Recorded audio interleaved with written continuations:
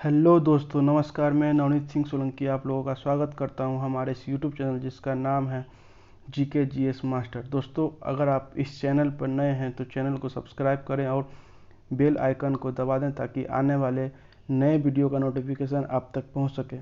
दोस्तों, आज के इस वीडियो में समान विज्ञान के 1000 प्रश्नों की सीरीज का पहला भाग आपके लिए लेके आया हूं, जो आगामी एसएससी ग्रुप डी बिहार दरोगा परीक्षा के लिए काफ़ी यूजफुल साबित होने वाली है।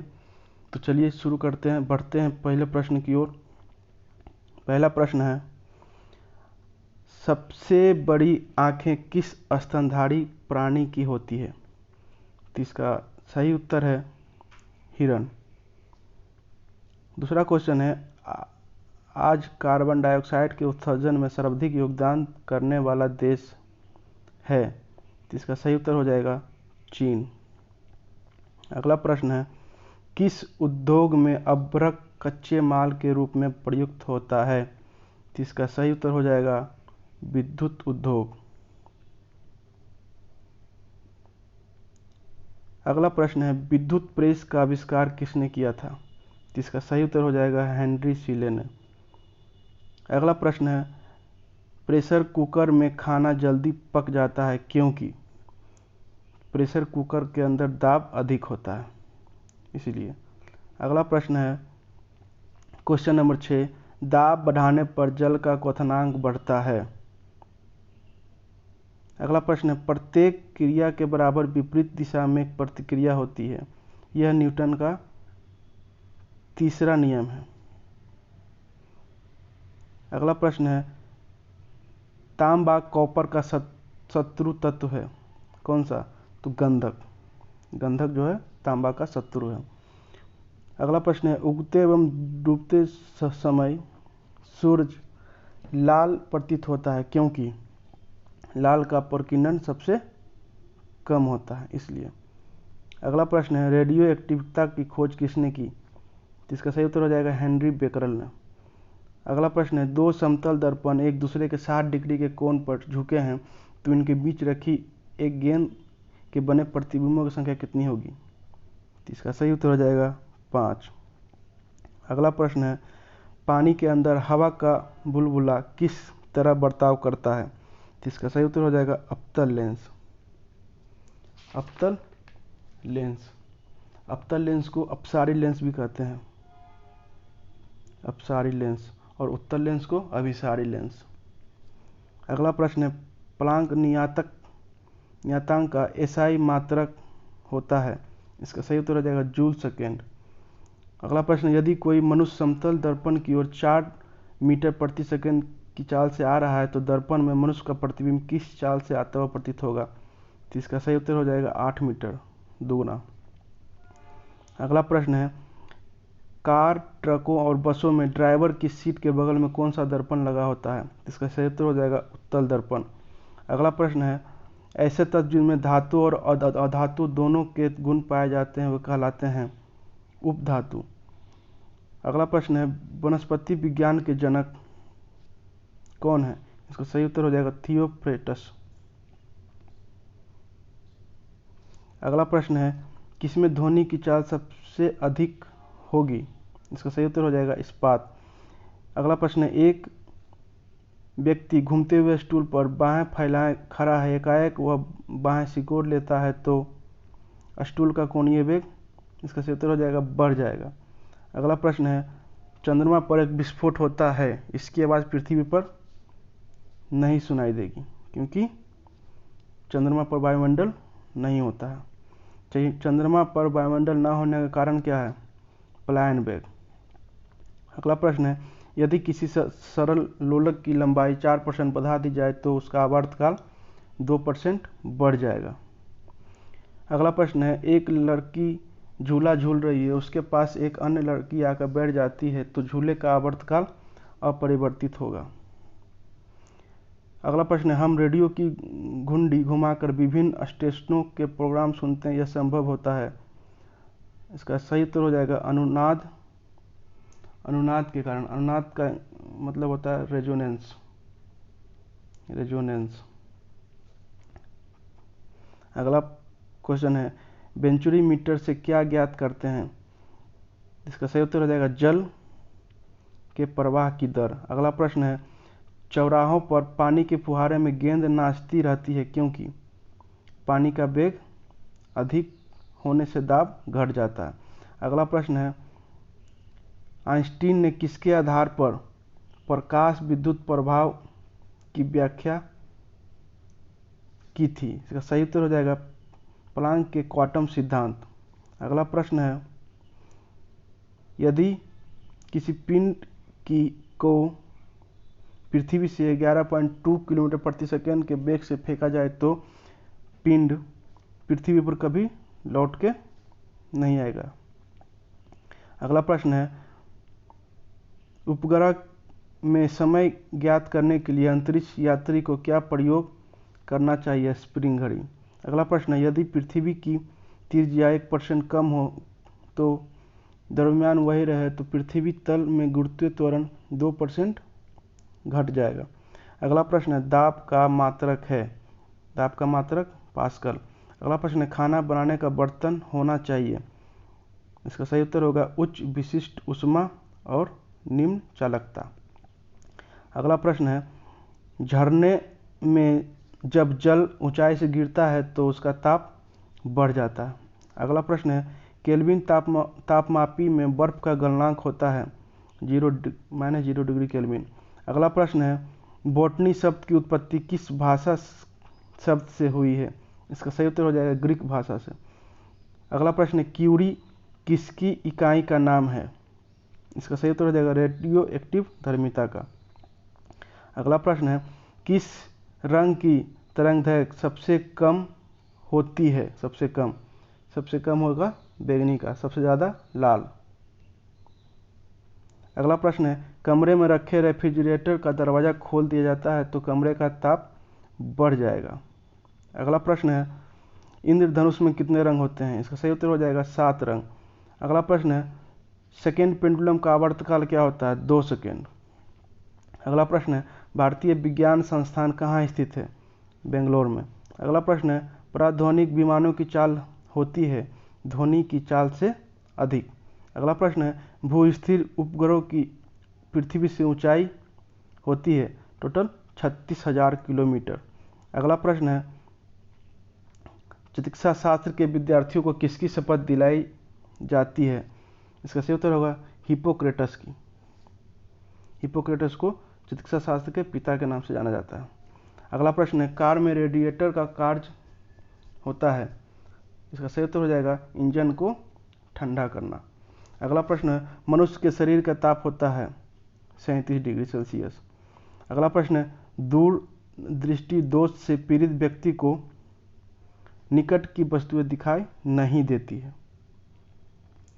तो दूर दृष्टि में कौन सा लेंस यूज होता है? उत्तल लेंस। और निकट दृष्टि में अवतल लेंस। निकट दृष्टि दोष को मायोपिया के नाम से भी जाना जाता है। अगला प्रश्न है, किताब के ऊपर रखे किसी लेंस को ऊपर उठाने पर यदि मुद्रित अक्षरों का आकार बढ़ता हुआ दिखाई देता है तो लेंस कौन सा होगा? उत्तल लेंस। इसके ठीक विपरीत अगर दर्पण की बात की जाए तो दर्पण हो जाएगा अवतल दर्पण। यदि किसी लेंस से अक्षरों का आकार छोटा दिखाई देता है तो होगा अवतल। अगला प्रश्न है, तारे टिमटिमाते हैं किसके कारण? अपवर्तन के कारण। अगला प्रश्न है, निम्नलिखित में से कौन सा एक आवेश रहित कण है? इसका सही उत्तर हो जाएगा न्यूट्रॉन। और वही इलेक्ट्रॉन में ऋणात्मक और प्रोटॉन में पॉजिटिव कण होता है। अगला प्रश्न है, पौधों की शारीरिक संरचना का अध्ययन कहलाता है? इसका सही उत्तर हो जाएगा शारीरिकी। ये एसएससी में पूछा हुआ क्वेश्चन है। अगला प्रश्न है, निम्न में से किस रंग का वर्तनांक सबसे अधिक होता है? इसका सही उत्तर हो जाएगा बैंगनी। सबसे कम लाल। वही तरंगदैर्घ्य में इसका उल्टा हो जाएगा। अगला प्रश्न है, स्वच्छ जल से भरे तालाब की गहराई 3 मीटर प्रतीत होती है तो यदि हवा का सापेक्ष आवर्तनांक 4/3 है तो तालाब की वास्तविक गहराई 4 मीटर होगी। अगला प्रश्न है, लेंस की क्षमता का मात्रक क्या है? तो इसका सही उत्तर हो जाएगा डायोप्टर। अगला प्रश्न है रडार की कार्यप्रणाली निम्न सिद्धांत पर आधारित है। इसका सही उत्तर हो जाएगा रेडियो तरंगों का परावर्तन। अगला प्रश्न है किसी निश्चित तापक्रम पर किसी गैस की दी गई मात्रा का आयतन उसके दाब के व्युत्क्रमानुपाती होता है। किसका नियम है? तो हो जाएगा बॉयल का नियम। अगला प्रश्न है यदि किसी पिंड के उस गुणधर्म को क्या कहते हैं जिससे वो सीधी रेखा में विराम या एक समान गति की स्थिति में किसी भी परिवर्तन का विरोध करता है। इसका सही उत्तर हो जाएगा जड़त्व का नियम। अगला प्रश्न है लेसर किस निम्न सिद्धांत पर कार्य करता है? इसका सही उत्तर हो जाएगा विकिरण का उद्दीपित उत्सर्जन। अगला प्रश्न है दलदल में फंसे व्यक्ति को लेट जाने की सलाह दी जाती है क्योंकि? इसका सही उत्तर हो जाएगा क्षेत्रफल अधिक होने से दाब कम जाता है। अगला प्रश्न है बर्फ के टुकड़ों को आपस में दबाने पर टुकड़े आपस में चिपक जाते हैं क्योंकि? दाब अधिक होने पर बर्फ का गलनांक घट जाता है। अगला प्रश्न है मोटर कार में शीतलन तंत्र किस सिद्धांत पर कार्य करता है? इसका सही उत्तर हो जाएगा केवल संवहन सिद्धांत पर। अगला प्रश्न जीवित प्राणियों के शरीर में होने वाली कौन सी एक प्रक्रिया पाचक प्रक्रिया है? इसका सही उत्तर हो जाएगा एमिनो प्रोटीन का एमिनो अम्लों में विघटन। अगला प्रश्न है टेलीविजन में दूरस्थ नियंत्रण के लिए किस प्रकार का विद्युत चुंबकीय विकिरण का उपयोग किया जाता है? इसका सही उत्तर हो जाएगा हर्ट्ज या लघु रेडियो तरंग। अगला प्रश्न है मीथेन किस ग्रह के वायुमंडल में उपस्थित है? इसका सही उत्तर हो जाएगा बृहस्पति। अगला प्रश्न है प्रोटीन के पाचक में सहायक एंजाइम है। इसका सही उत्तर हो जाएगा ट्रिप्सिन। अगला प्रश्न है उन देशों में जहाँ के लोगों का मुख्य खाद्यान्न पॉलिश किया हुआ चावल है लोग पीड़ित होते हैं किस बीमारी से? इसका सही उत्तर हो जाएगा बेरी। पॉलिश किया हुआ चावल में से खाने से बेरी लोग होता है। अगला प्रश्न है मांसपेशियों में निम्नलिखित में से किसके एकत्र होने से थकान होती है? तो इसका सही उत्तर हो जाएगा लैक्टिक अम्ल। अगला प्रश्न है प्रकाश वर्ष होता है। तो इसका सही उत्तर हो जाएगा एक वर्ष में प्रकाश द्वारा तय की जाने वाली दूरी। अगला प्रश्न है समुद्र की गहराई नापने के लिए कौन सा उपकरण का प्रयोग किया जाता है? इसका सही उत्तर हो जाएगा फैदोमीटर। गहराई के लिए फैदोमीटर। अगला प्रश्न है कंप्यूटर की आईसी चिप्स किस पदार्थ की बनी होती है? इसका सही उत्तर हो जाएगा सिलिकॉन की। अगला प्रश्न है ध्वनि किस लक्षण के कारण हमें धीमी अथवा तेज सुनाई पड़ती है? इसका सही उत्तर हो जाएगा तीव्रता के कारण, इंटेंसिटी के कारण। अगला प्रश्न है ध्वनि किस लक्षण के कारण ध्वनि को मोटी या पतली सुनाई देती है? इसका सही उत्तर हो जाएगा तारत्व, पिच के कारण। अगला प्रश्न है वह धातु जो अम्ल एवं क्षार के साथ क्रिया करके हाइड्रोजन निकालता है। इसका सही उत्तर हो जाएगा जिंक। अगला प्रश्न है जीव विज्ञान शब्द का सर्वप्रथम प्रयोग किसने किया था? इसका सही उत्तर हो जाएगा लेमार्क तथा ट्रेविरेनस ने। अगला क्वेश्चन है कार्य का मात्रक है। कार्य का मात्रक जूल। अगला प्रश्न है प्रकाश वर्ष इकाई है। प्रकाश वर्ष दूरी की इकाई है। अगला प्रश्न है एक ही प्रकार के परमाणुओं से मिलकर बना हुआ पदार्थ कहलाता है। इसका सही उत्तर हो जाएगा तत्व। अगला प्रश्न है दो या दो से अधिक तत्वों के मात्रा के विचार से एक निश्चित अनुपात में संयोग करने से बना पदार्थ कहलाता है यौगिक। अगला प्रश्न है किसी ध्वनि स्रोत की आवृत्ति में होने वाले उतार चढ़ाव को कहते हैं डॉपलर प्रभाव। अगला प्रश्न है कोई कण एक सेकेंड में जितनी कंपन करता है उस संख्या को कहते हैं। इसका सही उत्तर हो जाएगा आवृत्ति।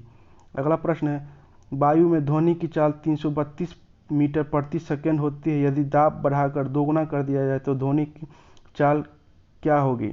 इसका सही उत्तर है 332 मीटर प्रति सेकेंड। दाब का असर ध्वनि पर नहीं होता है। अगला प्रश्न है समय का मात्रक नहीं है प्रकाश वर्ष। इसको तो हम कन्फर्म याद रखना है। प्रकाश वर्ष दूरी की इकाई है। अगला प्रश्न है पारसेक इकाई है। पारसेक भी दूरी की इकाई है। इस दोनों को याद रखना है। प्रकाश वर्ष और पारसेक दूरी की इकाई है। कौन धातुएं होते हुए भी विद्युत का कुचालक है? सीसा जो है विद्युत का कुचालक है। अगला प्रश्न है किस अधातु में धातुएं चमक पाई जाती है? तो ग्रेफाइट और आयोडीन। धातुएं चमक में के ऑप्शन प्रश्न में ऑप्शन में आएगा ये दोनों को याद रखना है। ग्रेफाइट और आयोडीन में धातुीय चमक पाई जाती है। अगला प्रश्न है, एक गुब्बारे में हाइड्रोजन एवं ऑक्सीजन गैस के बराबर बराबर अणु हैं। यदि गुब्बारे में एक छेद कर दिया जाए तो सबसे पहले हाइड्रोजन गैस तेजी से निकल जाएगी। अगला प्रश्न है, कपूर के छोटे छोटे टुकड़े जल की सतह पर नाचते हैं, किसके कारण? पृष्ठ तनाव के कारण। अगला प्रश्न है, पानी का घनत्व अधिकतम होता है 4 डिग्री सेंटीग्रेड पे। अगला प्रश्न है, यदि दो उपग्रहों को एक ही वृत्ताकार कक्षा में चक्कर लगाते हैं तो उनका वेग भी समान ही होगा। अगला प्रश्न है, पृथ्वी की परिक्रमा कर रहे एक उपग्रह में से एक पैकेट को छोड़ा जाता है तो उपग्रह के साथ उसी चाल से पृथ्वी की परिक्रमा करेगा। अगला प्रश्न है, वायुयान की चाल को मापा जाता है मैक संख्या में। अगला प्रश्न है, यंग प्रत्यास्था गुणांक का एसआई मात्रक होता है, इसका सूत्र होता है न्यूटन पर मीटर स्क्वायर। अगला प्रश्न है, कैंडेला मात्रक है ज्योति तीव्रता का। अगला प्रश्न है, जल एक यौगिक है क्योंकि इसमें रासायनिक बंधों से जुड़े हुए दो भिन्न तत्व होते हैं। अगला प्रश्न है, वह विज्ञान जिसका संबंध जीवधारियों के अध्ययन से होता है कहलाता है जीव विज्ञान। अगला प्रश्न है, फाइकोलॉजी में किसका अध्ययन किया जाता है? सवाल का। वही माइकोलॉजी में कवक का, माइकोलॉजी कवक। अगला प्रश्न है, जूल किसकी इकाई है? जूल ऊर्जा की इकाई है। अगला प्रश्न है, मात्रकों की अंतर्राष्ट्रीय पद्धति कब लागू की गई? इसका सही उत्तर हो जाएगा 1971। अगला प्रश्न है, चमगादड़ अंधेरे में उड़ते हैं क्योंकि चमगादड़ पराश्रव तरंगे उत्पन्न करते हैं। दोस्तों, इस वीडियो का ये 100 क्वेश्चनों का सीरीज यहीं पर समाप्त। नेक्स्ट वीडियो में देखेंगे 100 से 200 प्रश्नों का, अति महत्वपूर्ण प्रश्नों का सेट। अगर आप इस वीडियो को लाइक करना चाहते हैं तो चैनल पर जाकर लाइक करें, सब्सक्राइब करें और दोस्तों के साथ शेयर भी करें। तब तक के लिए धन्यवाद। मिलते हैं नए वीडियो में।